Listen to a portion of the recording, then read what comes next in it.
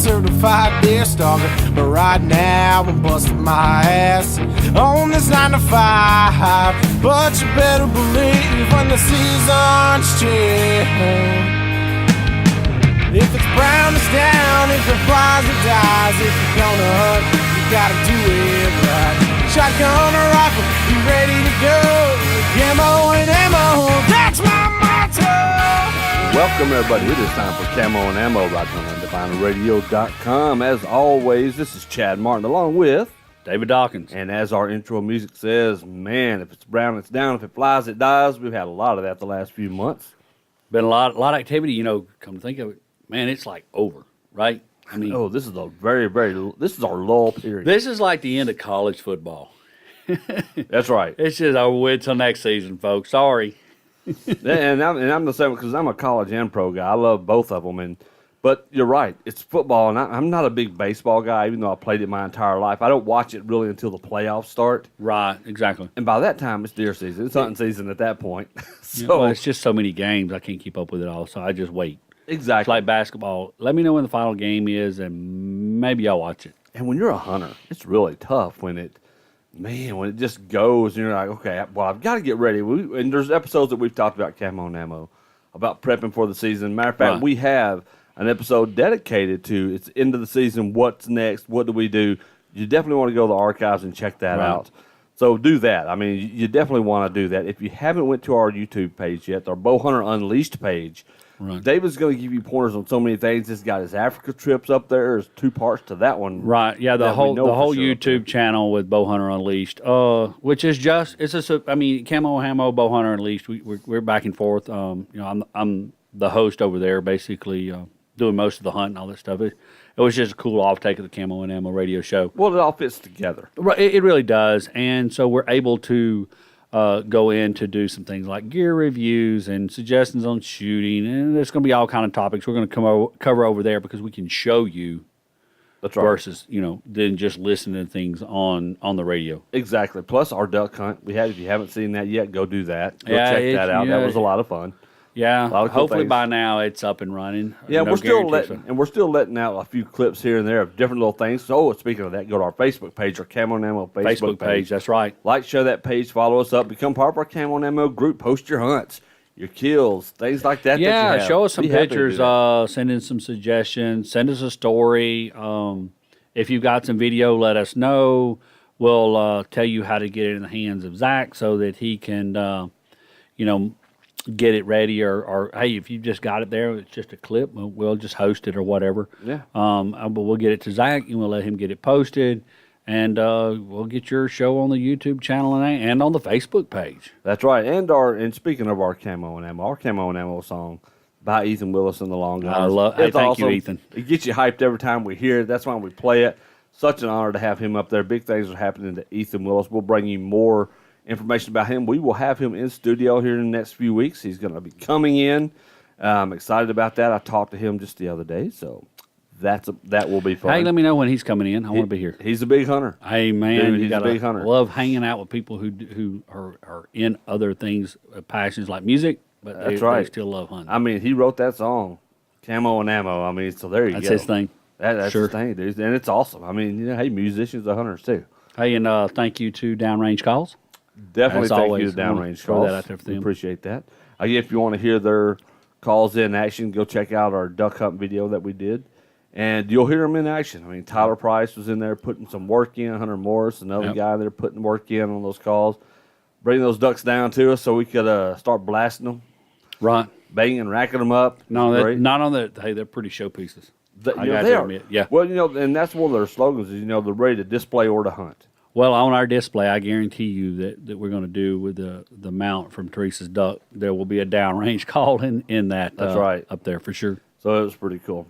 Okay. All right, let's get into this. Now, we were talking last week about the baiting laws and things like that. Yeah, big subject to get into, and we're going to be talking and revisiting that. Yeah, I see that coming up soon. Because we kind of have to. As the new season progresses, it's 2018 now, so we'll have different laws go into effect. You'll start seeing different laws go into effect in March and April and May. You'll see different things that will affect the season as the months progress. Well, and we'll keep you legislatures, updated on that. yeah, the year each state legislature's in, and things will change. The conservation departments makes recommendations for season changes or quota changes, especially when you're in states on the draw states. Yep. So it is time to start watching that. It's time to start your researching. The 2018 stuff for your draw states should be in effect. They should have done that in 2017, so that you can do your draw, go on and get in the lottery for your draw for your Colorado tags, your Kansas tags, your Wyoming, Iowa. I mean,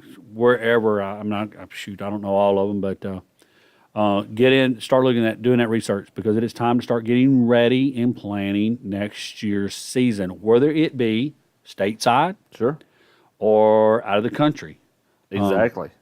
Yeah, check out David's Africa hunts on the Bowhunter Unleashed YouTube page. Yeah, they're Very interesting. We're starting that unroll those, roll those out.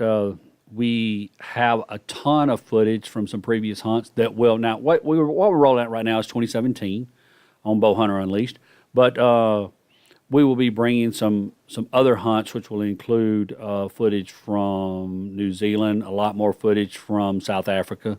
Yeah.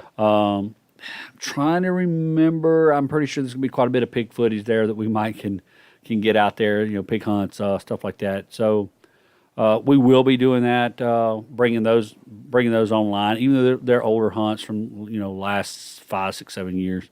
But putting them out there for everybody to see. So. And those are good to see. I mean, you should see all these different hunts. Well, there's a lot of different game, a lot of different animals, different species to be seen and that were harvested. So, I mean, yeah, take a look at it, and I hope you enjoy it, Oh, yeah, definitely. Absolutely. I think they would, too. I mean, they've been really cool to be able to go through there and see some of this footage from that. Last week, though, we were talking about baiting, but then we got to talking about chronic waste disease. That is a big issue in the country, and it's a big hot topic when it comes to states who bait. Yeah, because we were talking about that, and people have asked about it. I heard you guys talking about the chronic waste disease.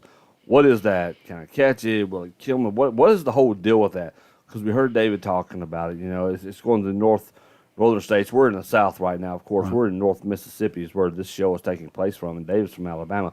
Will that happen in our area? There's been rumors of it in Texas. We don't know how true it is. We haven't really seen anything of that as of this show recording. Right. So we're not sure. But what is chronic waste disease? That's what we want to talk about, at least for the first part of the show. David, what is chronic waste disease? No, I'm no game biologist, but it's a brain disease.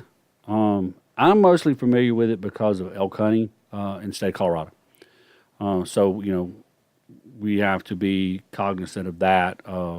In what I'm really seeing now due from these diseases like this is there are states going, you know what, you can go up there and hunt it, but don't even that. I mean, it's like they don't want you to bring the meat home, which, that's one of the legitimate concerns that people are having and questions that are coming up. Hey, if it's got this brain disease, I'm going to totally classify this wrong, but let's say it's kind of like mad cow disease. Oh my gosh, mad cow disease. It's a brain disease, but can we still eat the meat? Or we can't bring the meat in from over there because they've had mad cow disease, or we can't bring the chickens in from China because they've had the bird flu. But then in 2015, we had the bird flu outbreak here in Iowa, Nebraska, Minnesota, up there. So in our own country. And people were still getting to eat chicken. So, or egg, and eggs were still going out. The same with the chronic waste disease. It's a brain disease. It does kill the animals. Supposedly, it's not a threat to humans as far as jumping to humans, but they don't want you getting the brain matter on your meat and then eating it and stuff like that. So yeah, exactly. There's still those concerns there that do you really trust that it won't? Yeah, there's a great website. It's CWD. It's CWD-info.org. Go to their fact page. Right. It's got a lot of great information. Again, that's CWD-info.org, and go to their fact page. I mean, because it's really fascinating. Because if you want your questions answered, it's probably going to be one of the best places you can get it. But when people hear chronic wasting disease. As far as when you hear wasting disease and you hear chronic and you hear disease, there's not a bunch of pleasant words there. No, and it's not. But outside of the hunting community, it really freaks people out. Well, absolutely. Okay. Especially like when mad cow disease was started going Right. around, and this is kind of a disease that's in that vein. Right. Is what CWD is. But yeah, people are scared. It means can't eat steak anymore. What can I not do? It was mass panic, and there's little information that people really try to dig through and understand. They start hearing these things and they go, "Oh my God, we can never eat deer again. It's going to wipe out populations. I can get it, and then it's going to be the next AIDS epidemic or whatever." Right, and I don't think they do a good job. I don't think they do a good job of getting information out there, and I think it's because mostly it was always looked like it was in the West. It was in elk, and now we're in whitetail and mule deer, and God, who knows what's really got it? Moose. That's another one. So I mean, it's out there. It's a real thing. I know that it's a concern of getting in the herds, and if we bait, it's going to allow to spread. Folks, I ain't God. I can't tell you what is going to make it spread, not make it spread, and when it's going to, quit, or why some get it and some don't, and why it's only in some regions. Yeah, because they're still not sure. They're still trying to find out what causes CWD. I think there's a lot of unknowns still with that disease, but there are a ton of other diseases that animals carry that. They just don't get the attention until there's the outbreak. That's right. So it's going to be, it's just one of those things where you definitely always want to keep your information flow going, so you can stay in the loop, find out what's going on, and don't believe everything you read. That's right. And look, there's a lot of places you got to go and you got to avoid because people just put out what they hear second, third, fourth hand. They don't do any research. They say, "Oh my God, this sounds like it's good clickbait material. I can get people to come to my page," and they appropriate misinformation. And it's just important to find out the facts and what's really going on. Don't get all your news from Facebook. Definitely not. Definitely not. Especially when it comes to subjects like this. Exactly. When you're on topics like that have to do with hunting, you really need to get in your conservation departments and read what they're having to say and what they're studying and what they're doing to fight something like this or to help with a problem. Facebook and Twitter and Instagram or wherever people are getting their news, most of the time is crap news. That's right. Exactly. Really and truthfully, it is. It's trash. You have to do your research. Just don't take these things at face value because it's super important. Now, a lot of people are asking, why are we concerned about CWD? Why are we concerned about it? Well, I mean, there's a lot of reasons why. Because, look, first of all, it's expensive to keep surveilling these animals. All right, to keep track of them. Right. That takes manpower. That takes man hours. That takes a lot of resources to do that stuff. And the research itself, just the research after the fact, of all the medical research that's done, is costly. Sure. And then you've got the impact of the spread of CWD, what it affects all these deer herds, and how it spreads through there. We're not really sure what happens, and that again, that's one of those things that they're trying to find out. Where is it occurring? I mean, is it only in this part of the country versus this part of the country? A lot of CWD has to deal with the protein intake, the efficiency of how the protein is processed in the prions. So it makes a difference in how this. So there's a lot of research. There's a lot of things that they do not know, and they are trying to address it. Your state wildlife commissions are trying to address it. They work hand in hand. Right. I mean, believe me, it's here's what I find is amazing about people, and not in a good way. It's the fact that people hear things and go, "Oh, nobody's doing anything about it." Yet you have people behind the scenes who are working their butts diligently. off. It's like a police officer. You were a police officer a long time right. ago, but you know as well as I do when people are working on cases like in police officers.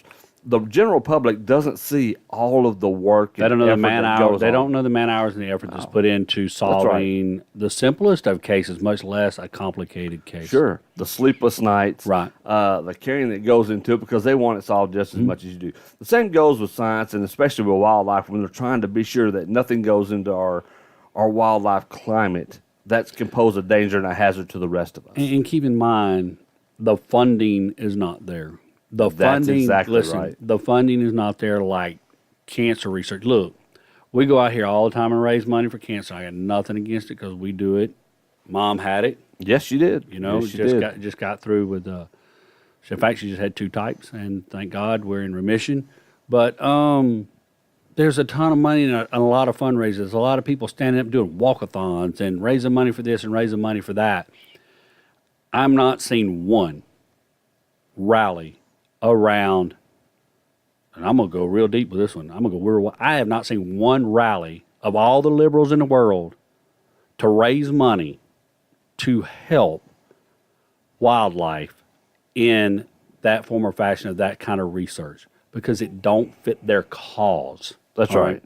They'll do it to stop you in your freedoms, but they won't do it to actually help. They're not out there on some state legislature step trying to fundraise in the state of Colorado or Michigan or wherever the chronic wasting disease is, let's put it that way, to raise money to solve this problem. It's up the hunters and the conservationists, or the hunters and the outdoorsmen, hunters and outdoorsmen, or we are conservationists. In the tax money we spend in buying licenses and tags and shoot, it's groceries, it's gas, it's hotel rooms, it's all those expenses, all that money that we put out to go do what we love is what's funding that. And they're getting their slice of the pie, each conservation department, off the state budget. So in the end, if it wasn't for us and for that, it wouldn't be anything taking place anyway. No, that's right. That's absolutely correct. All right, ladies and gentlemen, we appreciate you tuning in to Camo and Ammo right here on UndefinedRadio.com. As always, we have to take a quick little break. When we come back, we're going to shift gears a little bit because there's a question. Yeah, it was funny when we were doing our hunt, we were talking about different things. My father has a deer lease down in South Texas. And so there were things that were happening down there and types of deer, and I want to talk about that when we come back because I've been hunting all my life, but I'd never heard this before. And so there's probably some hunters out there who haven't. I'm sure there's a great deal of you out there who haven't. So we're going to talk about that and more right on the other side of this break. Thanks for tuning in to Camo and Ammo right here on UndefinedRadio.com. You can have your own handmade duck call from Downrange Calls, handcrafted from imported exotic woods for a look you won't find anywhere else. Nick Snyder and Jerry Rogers are ready to fulfill your desire for a call that is ready to display and ready to hunt. Contact them on Facebook at Downrange Duck Calls. Take time to check out their gallery and videos demonstrating the versatility of these calls. Check them out today. Get your call and be ready with a handmade downrange call when dawn breaks. Downrange Calls, Mooreville, Mississippi. On Facebook at Downrange Duck Calls. Welcome back to Camo and Ammo right here on UndefinedRadio.com. Once again, thanks to our sponsor, Downrange Calls, beautiful calls, ready to display or hunt. Nick Snyder, Jerry Rogers. You need a call? Just, hey, go to their Facebook fan page, give them a like, give them a share, give them a follow, reach out, message them. They'll be more than happy to talk to you about the kind of call that you want. No 2 calls are alike. They're all original, and they are gorgeous, and they work. They're not mass-produced. They are made one at a time. Handcrafted with love and dedication from these guys. So, all right, so let's talk about this. Now, we were down. Now, again, I've hunted my entire life, really, with the exception of the last 30 years where I've taken a break. Sometimes you just got to regather yourself, right? Things have changed, Chad. Things have changed. Just a little bit. I'm trying to bring you up to speed, man. You know what? Look, I got you back out there, so that's a good thing. That's a great thing. We got you on the duck hunt. How about getting the itch again? Now we've got to get you a little more relevant to what's going on in the hunt world. That's right. Let me tell you something. I sat out in that duck blind, and I was sitting there thinking, just everybody's talking, and then between talking and shooting and working the ducks, you know, I'm out there thinking, I'm looking at the gorgeous sunset that's popping up over the top of the line. I mean, let me tell you something. The experience itself was just, it was one of those divine experiences where you're watching it and you're going, biblical. Oh, man. So many ways. It was awesome. But you kept thinking, like, why have I just let this get away from a part of my life for the last few years? And we get busy. Well, yeah, you're busy, and I think that happens to a lot of us.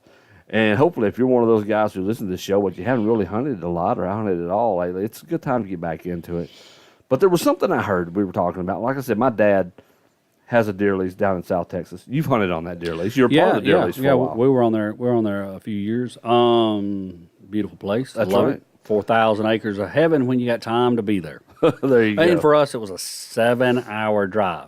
Now, when I say 7 hours, please understand, when I first got on the deer lease, it was 14 hours to get to the deer lease. Woo. So, yeah, it wasn't an every weekend thing, I can promise you. That's right. Well, this deer lease, they have, we were talking with Uncle Terry this weekend. Right. And we were talking with Dad. We went down to Dad's. We had to pick up some shotguns and things like that. And we're talking with him. Well, Uncle Terry killed a deer. And, he's like, I got this buck. Then I got an Axis deer. And I was like, Axis deer? And I heard that 3 or 4 times. And I kept thinking about it. And I was like, what the hell's an Axis deer? Chad, so what's an Axis deer? I'm like, how do I not? Come on. I'm like, how do I not know this? Really? Get with the times, man. Yeah, I was like, what are these Axis deer? Where do they come from? Are they like the unicorn and they're just making this crap up? What is an Axis deer? So, and David had to explain it to me. So, David, for people like me who've never heard of an Axis deer, what type of deer is that? And where do these deer usually out of? Because I've never seen one. Axis deer, I'm trying to think what country off the top of my head. Something that wants to tell me India, Google it real quick, make sure I'm right. I don't care where they're from. They're good eating. They're good eating. They're beautiful. They can be really tough to hunt. Axis deer or let's start food source wise, are real similar to our whitetail, except they make better usage of what's out there, and they can eat a little more things that our whitetail don't for forage, and they're very drought resistant. Yeah. Okay, from that standpoint of view, so that they survive better in the climate they're in, and being in Texas is the ideal climate for these guys. They can get 250, 300, 350 pounds. Now, this is a spotted deer. It's a spotted, and that's the thing about deer. it. Well, it's not just a white-tailed deer that's running it's amok. a spotted deer year-round. It was a deer that was imported for game ranches and high-fence hunting, and they got off the ranches. They run wild in the state of Texas. They are proliferating like crazy. A lot of people think they understand them, even those who are around them and hunt them and go, oh, they're hardhorn this time of year. They only breed this time of year. They breed year-round. They're beautiful. You always got some of the does or cows in heat, and the bulls are always chasing. They're large. Their horns are different. They go more straight up and back. They only kind of split. So they're brow tines, and they kind of fork off one more time, usually above their, own up their horns. They are gorgeous deer. They are gorgeous. They are fun to watch. They are very wily. They can clear some pretty high fences to be such big animals. It's like watching a horse jump a 6 or 7 foot fence when they go over it, and I've seen them clear some 6-footers with ease. They love corn protein feed. They are all over it. Now, in saying that, they don't pattern like whitetail. When we say we pattern our whitetail, they don't necessarily pattern. They may be here today, gone tomorrow. There may be 20 on your lease, and you make one weekend you may come back. There may be 200 on your deer lease. Oh yeah. So, and you're right. They are from the lower Indian. Okay, continent. That's what I India. thought. Them and the black buck both are from India. They are gorgeous. They are good to eat. Now, I don't know. Maybe my taste buds are different. I mean, like I said, they're good to eat. It's very close to venison to me. Period. The end. I don't, there's all this talk about how different they are and how sweet the meat is. And I cut up some steaks and eat it. When I got through cooking it, tastes like venison. I made sausage out of it, tastes like venison. Eat the hamburger, tastes like venison. Teresa and I couldn't tell the difference. Yeah. Now, here's what I thought was funny about this. This deer was introduced into Hawaii in the 1860s. Mm-hmm. As a matter of fact, they have no natural predators in Hawaii. Right. So the Axis deer population is growing 20 to 30% per year in Hawaii. Well, and that's what I'm saying. They don't just breed like our whitetail breed once a year. I'm telling you, depending on when she drops, she's ready to breed again within whatever her time frame is. But she's ready to breed again. So there's not this one time a year having a baby. She can have them twice in a year, apparently. I mean, gosh dang, we see them with yearling all the time. You might see come in, you might have 2 or 3 that are hard horn, which means they've lost their velvet. They're hard horn. You might have 2 or 3 more young bulls come in that's in various stages of horn growth. And then some are pregnant, some are carrying babies, some are not. So it's almost kind of like pigs in a way, man. I mean, they're not as bad as pigs because they don't have as many, but they don't have that one time a year gestation. Yeah. They are certainly more beautiful to look at than a pig. My God. There's a whole lot of meat on them. So that's the other thing that's really nice. You get a whole lot of meat for the pound of what you get out there. But you have to remember, they are in direct competition with your whitetail. Yeah.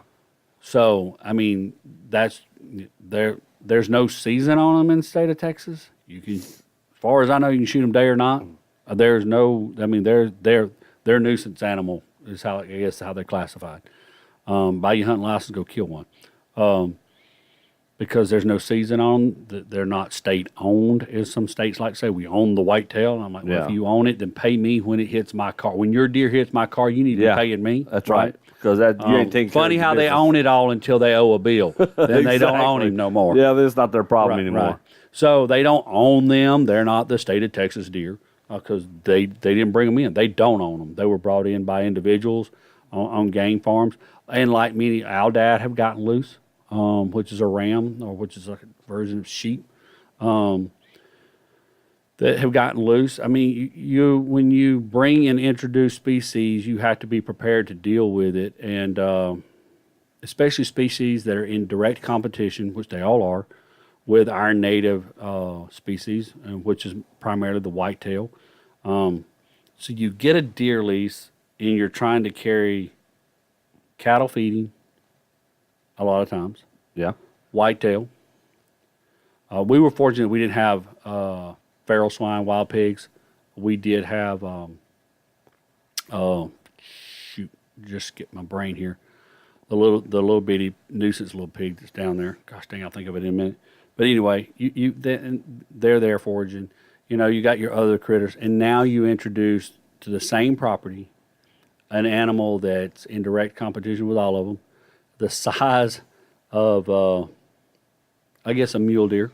You know, they're bigger than a whitetail for Texas, but that's a lot of feed, a lot of forage, a lot of ground they got to cover.